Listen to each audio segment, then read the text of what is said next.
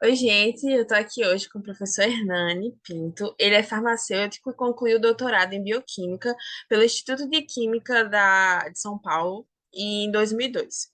Foi professor, doutor e associado livre-docente da FCF USP entre 2003 e 2019.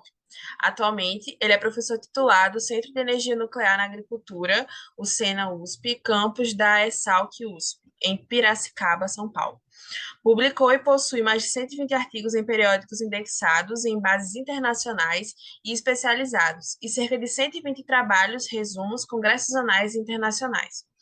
Atua na área de toxicologia ambiental, agrícola e aquática, metabolômica e proteômica, com ênfase em análises de cianotoxinas, peptídeos, produtos naturais de cianobactérias e microalgas.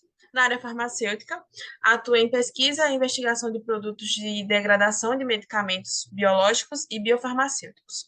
Coordena projetos na área de toxicidade e qualidade da água em ETAs e ETS em seu currículo Lattes. Os termos mais frequentes na contextualização da produção científica e tecnológica são cianobactérias, microcistinas, ESIMSMS, microcistina, saxitoxin, anatotoxin, cianopeptídeos, blooms, florações, algais, BMAA, metabolomics, proteomics, antioxidante, carotenoides, estresse oxidativo, meio ambiente, produtos de degradação e impurezas em produtos farmacêuticos e HPLC.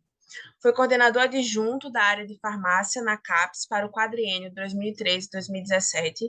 É pesquisador associado do Food Research Center, um dos centros de pesquisa, inovação e difusão apoiados pela FAPESP.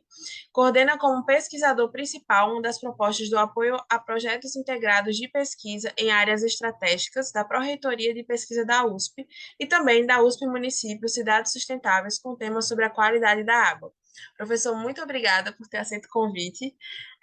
Depois desse currículo gigante, eu só queria perguntar assim, e se tratando dessa parte mais de ecotoxicologia, como o senhor entrou nessa área e principalmente envolvendo algas, né? Obrigado, Mariana, pela oportunidade. Espero responder as perguntas, ser bastante direto para que todos que vão assistir acompanhem, entendam. É, e obrigado também pela introdução sobre falar sobre mim, falar do meu currículo. Obrigado. Bom, eu iniciei no tema, no laboratório do professor Pio Colepicolo, no Instituto de Química da Universidade de São Paulo, no departamento de Bioquímica. E o professor Pio, ele atua na área de algas, compostos de interesse farmacêutico, interesse biotecnológico, e isso me atraiu muito, isso na época ainda que eu estava procurando pós-graduação. Eu estava fazendo iniciação científica e foi esse o momento onde nós nos conhecemos. Eu estava na graduação, fazendo faculdade de ciências farmacêuticas na época, isso ainda nos anos 90, faz tempo já, mas eu me interessava muito pelo tema algas, toxicologia, o uso de macroalgas, microalgas, como na indústria farmacêutica na época. E por isso eu procurei esse tema, eu queria estudar sobre o metabolismo de algas na época e o que nós podemos usar das algas, né, para finalidades de biotecnologia. Então, foi essa a minha atração principal. E também saber se elas são, obviamente, ou podem ser os produtos que vêm, né, das algas, se eles podiam ser tóxicos. Isso também foi um ponto importante naquela época ainda, né? Estava no início da carreira que me despertou interesse. E por isso eu procurei o laboratório, do professor Pio, que na época e até hoje trabalha com algas. Legal, legal mesmo. E aí, a gente descobre e sabe que hoje em dia as algas elas desempenham um papel importante nessa transformação química e na bioacumulação de muitos compostos tóxicos, certo?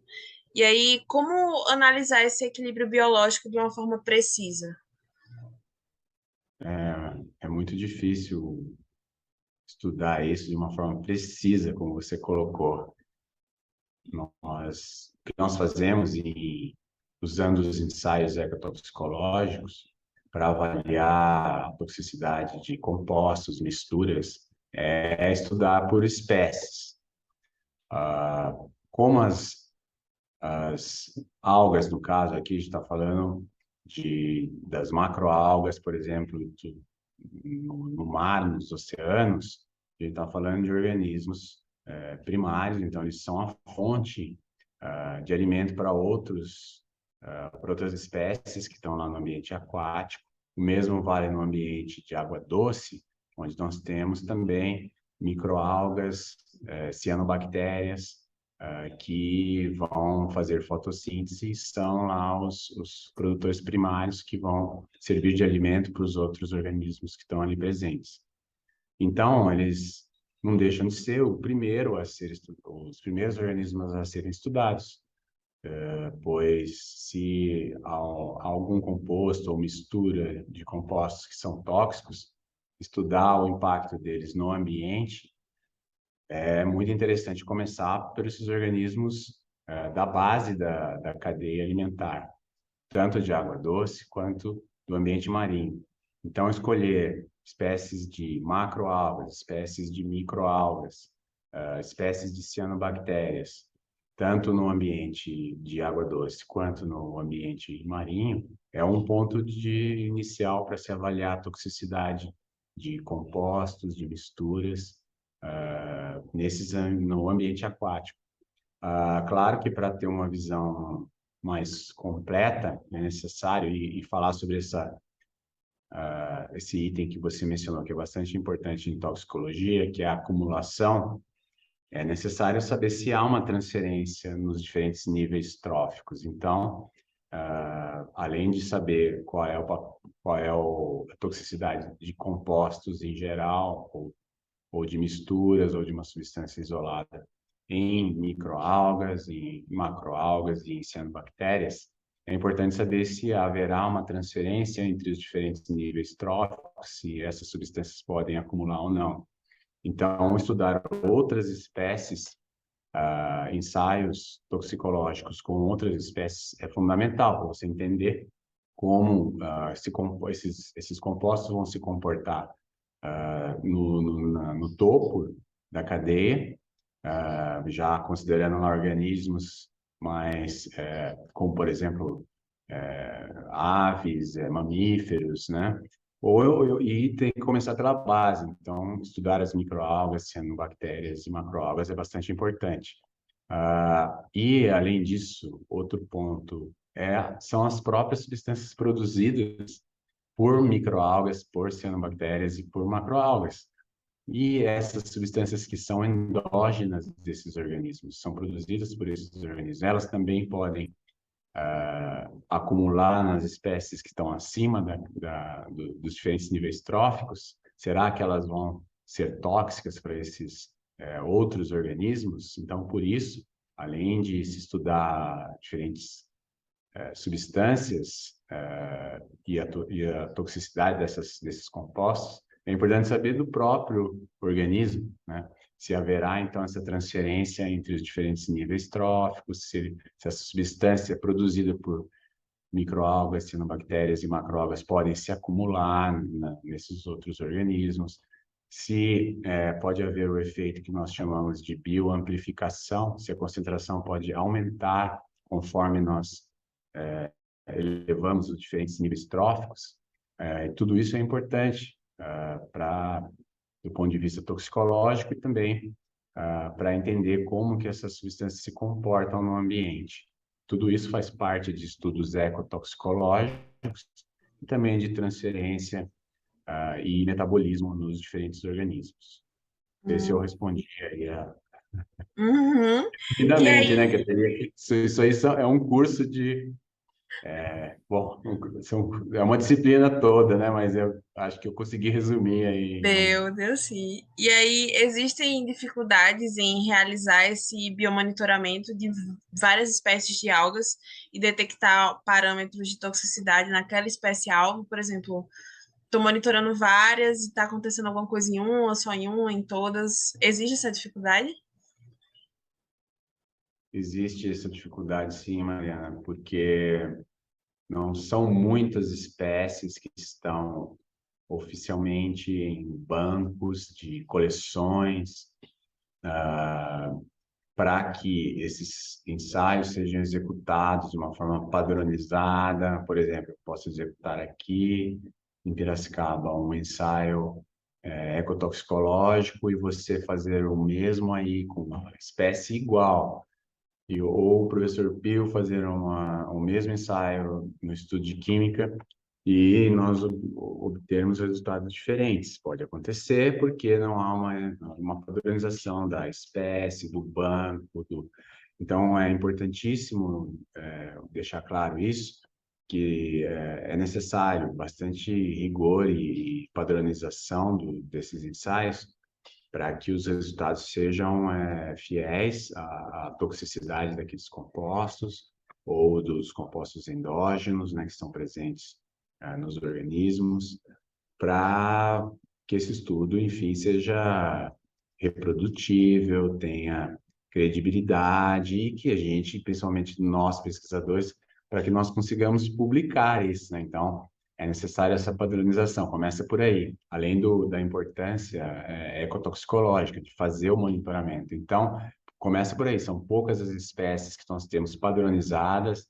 por exemplo, o professor Pio tem um banco, nós temos um banco, outros pesquisadores também têm, mas o Brasil carece de um banco brasileiro que seja de alguma instituição que forneça, ó, está aqui a cepa número 342, de uma macroalga isolada no litoral, por exemplo, do Rio Grande do Norte, na posição tal, tem aqui uma cicata depositada no herbário tal. Essa espécie, ela tem essas características, ela foi descrita pela primeira vez no ano 1800 e alguma coisa. O pesquisador que fez a identificação é professora, doutora ou representante do herbário e tal.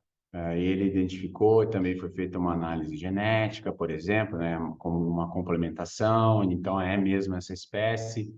E aí, depois disso, de ter tudo isso padronizado, que é bastante difícil, aí sim pode-se fazer esses ensaios em vários laboratórios para se determinar ou fazer um biomonitoramento.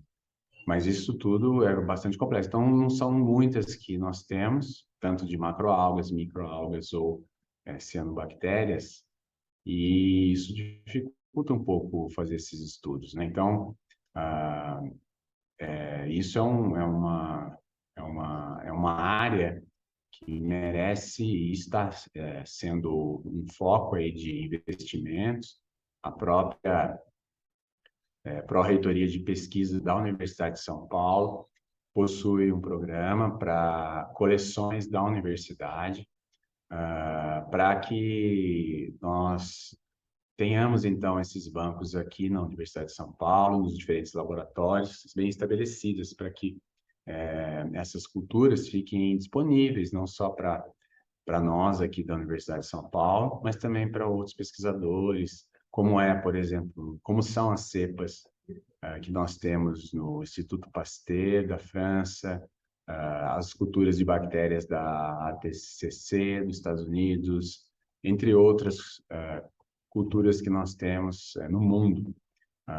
Então, isso faz parte, é o início de tudo. Aí, depois disso, aí sim, padronizar os ensaios para saber, então, primeiro, a toxicidade aguda, segundo, outros ensaios de toxicidade crônica e subcrônica, que também precisam ser desenhados para a finalidade que você espera. Por exemplo, você quer avaliar a toxicidade de um herbicida, então eu vou considerar o efeito de inibir a fotossíntese, por exemplo, né? Daí eu tenho que ter um equipamento que monitora a fotossíntese ou que monitora consumo de CO2, produção de oxigênio, algum parâmetro de resposta que eu vou esperar dessa espécie.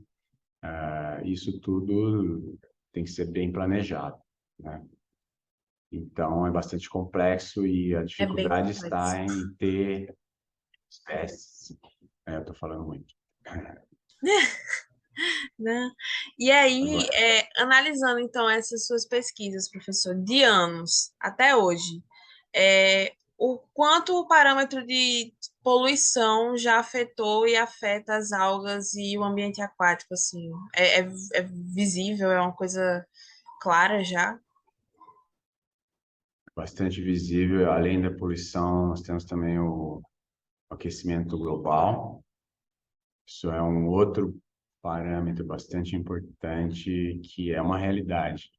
Mas com relação à poluição, que é que você pergunta, os impactos mais claros que nós temos e evidentes, por exemplo, são no ambiente marinho, são as chamadas marés vermelhas, por exemplo, que acontece, né, de crescimento acelerado de dinoflagelados, diatomáceas, microalgas, cianobactérias marinhas, que as mais conhecidas são as que são vermelhas, em razão de um pigmento, né? Um pigmento, aliás, que o que foi algo do meu doutorado junto com o professor Pio, que é um pigmento carotenoídico, falando quimicamente, mas é derivado, é da família dos carotenos, dos carotenoides,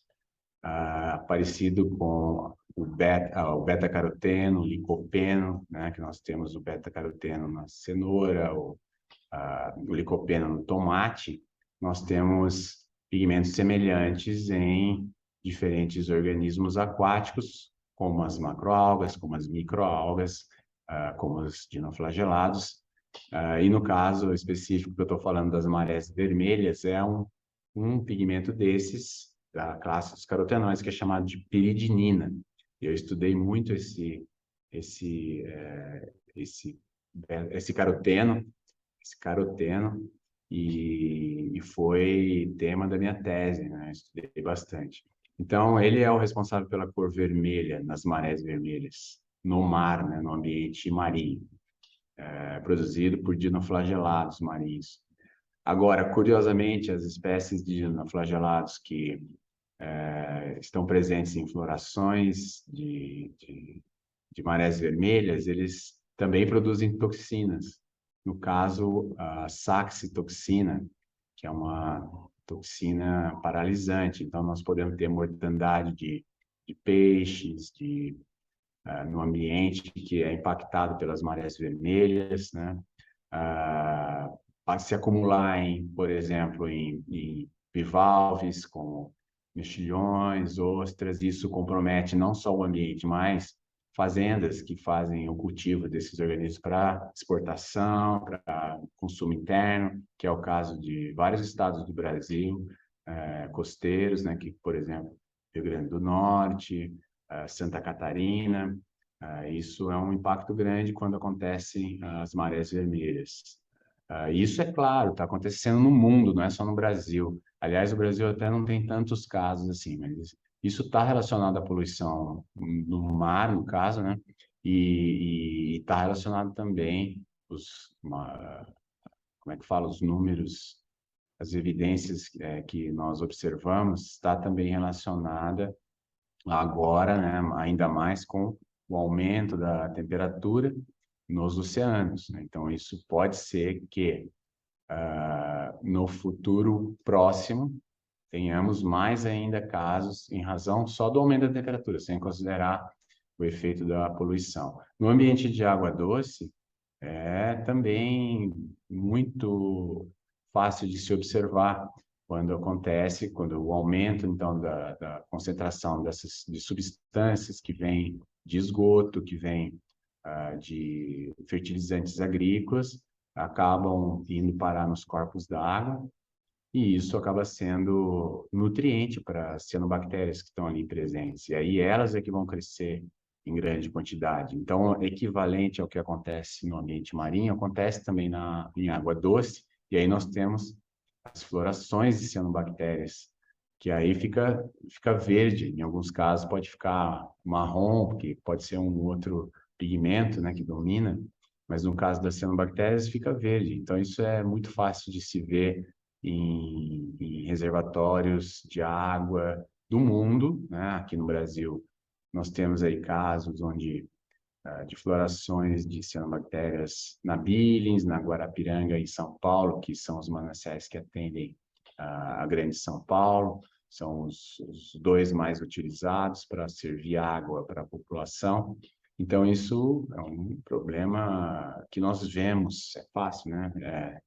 Visual. Você vai lá na praia, tem lá uma maré vermelha, opa, é um impacto da poluição, né? Você tem uma floração de cianobactérias no ambiente de água doce, num lago, numa represa, certeza que é um impacto da poluição, porque tem lá nutrientes que fazem com que esses micro-organismos fotossintetizantes cresçam. E aí eles crescem em excesso e atrapalham. Não é que atrapalham, mas eles estão lá num número muito acima do normal encontrado, e aí acaba sendo um problema para o ambiente e também para nós, né? Porque não é só de você não querer entrar na água, porque no caso da água doce vai servir para abastecimento público e no caso do mar pode contaminar outras espécies que estão ali, a gente também, se a gente estiver lá na praia, o aerosol formado pode chegar até a gente no aerosol formado, né, no batimento das ondas, isso acaba sendo um problema de saúde também, não é só para o ambiente. Então, o impacto no ambiente é evidente e visual nesses dois casos que eu disse, mas também no acúmulo dessas substâncias ao longo da cadeia trófica, foi aí o início das perguntas, né? Então, várias substâncias podem se acumular. Começa nas macroalgas, microalgas, bactérias, e aí vão aumentando de concentração nas outras espécies que estão acima nos diferentes níveis tróficos. Então, isso é mais um problema ainda. Voltando lá ao exemplo da maré vermelha, quando acontece em fazendas de mexilhões, de ostras, a toxina que eu falei, a saxitoxina, pode se acumular nos bivalves. E imagina, né, a gente comer uma ostra com uma quantidade concentrada de saxitoxina.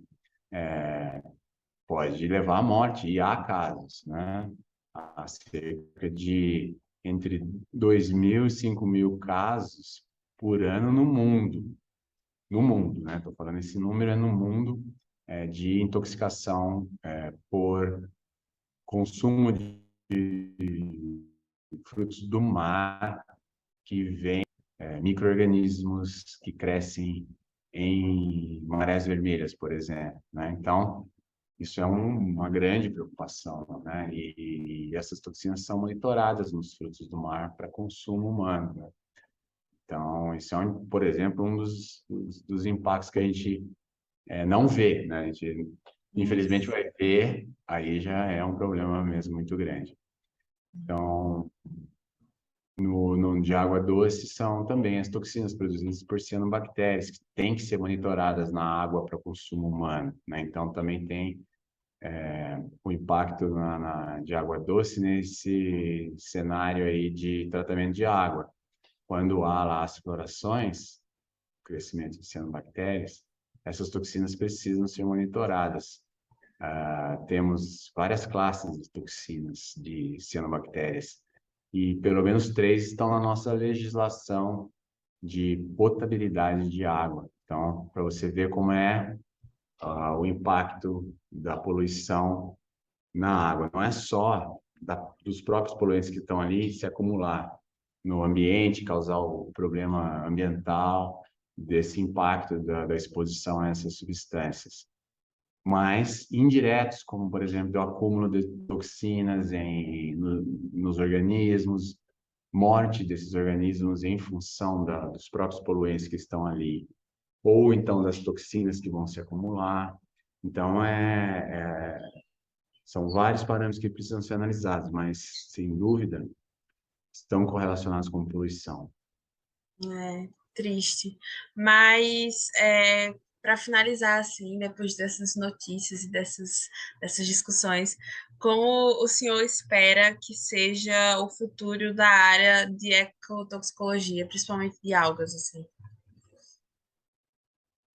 As algas são importantes em vários cenários, como espécies para fazer a avaliação ecotoxicológica, para o biomonitoramento, são as espécies chaves, porque elas estão na base da cadeia alimentar.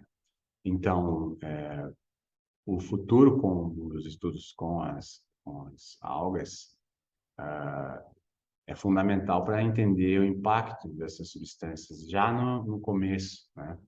Porque se impactar esses organismos, vai impactar toda a cadeia. Então, entender a base é fundamental e é necessário. Temos estudos já com metais, por exemplo, né, metais pesados, temos estudos com algumas substâncias químicas, temos estudos já publicados com misturas de substâncias, mas muito ainda precisa ser realizado. Então, o cenário de impacto da poluição é, é alarmante, digamos assim, né?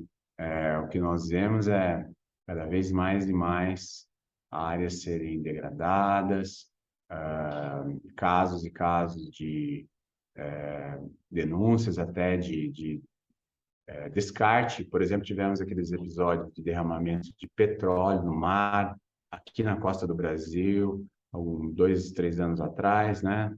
Que ganhou aí a mídia, o noticiário, não só do Brasil, mas do mundo. Houve lá não se sabe exatamente como, mas o responsável, mas provavelmente o transporte clandestino de petróleo entre países. E aí foi talvez bem lá em alto mar, mas na costa brasileira, mas chegou, né, nas praias do Nordeste, teve um impacto grande. Ah, e esse tipo de caso, com o que aconteceu com o petróleo e acontece direto, temos também outras fontes que podem gerar impacto e não sabemos o que pode causar em longo prazo, ou mesmo em curto prazo. Então, ter as algas para fazer o biomonitoramento em estudos em laboratório, em estudos de substâncias isoladas ou de misturas, é fundamental para se entender qual vai ser esse impacto, tentar projetar isso para outras espécies, tentar entender se essas substâncias vão se acumular, e como as algas são a base, nós temos que entender como é que funciona na base, porque senão impacta toda a cadeia, e quanto mais estudarmos, mais saberemos sobre o real impacto, e podemos prever o que é importante, né? Então, acho que o que fica também aqui das suas perguntas principalmente, via esses estudos de biomonitoramento, usando as algas, poder prever o impacto, né? Então, já esperando algo que pode acontecer no cenário real, fazermos em laboratório, em escala menor, entender o que pode acontecer, se preparar para o futuro, né? Então, é fundamental que esses estudos continuem e considerem diferentes parâmetros, mais espécies, interação entre as espécies, vários parâmetros, por exemplo, de aquecimento global, que eu falei, né, também aqui é um problema, não é só a poluição, temos também agora, que é uma realidade, temos que encarar, é um fenômeno causado pelo homem, que é em razão do excesso de produção de CO2, E é isso, temos que encarar de frente e fazer pesquisa e entender qual é o impacto, por exemplo, do aquecimento global associado à poluição. né? Não podemos, não temos como escapar disso, temos que fazer, entender e o melhor nesse contexto, né? O melhor, eu quero dizer, as algas, as cianobactérias, as microalgas, elas são organismos fotossintetizantes, elas capturam CO2. Então, além de elas serem produtores primários, elas estão resolvendo um problema que nós criamos, que é queima de combustível fóssil gerar CO2. Então, a gente precisa de organismos que peguem É, CO2. Então, maravilha, temos que entender como é que elas funcionam, né? Não só do ponto de vista de poluição, mas de como elas, de uma forma mais eficiente, podem pegar, capturar CO2, né? As plantas terrestres também, claro, mas as algas desempenham um papel importantíssimo aí, né? Elas capturam CO2. Então, nós temos que entender como e o impacto da poluição e do aquecimento global. então, é isso. Esperamos dias O futuro é melhores. promissor. O O futuro é futuro é promissor, muita promissor. pesquisa Mas o e dias futuro melhores. é só por meio da pesquisa que nós vamos ter respostas É, ou apontamentos do que fazer. Sem isso, não vão ter ferramentas para lidar com esses problemas.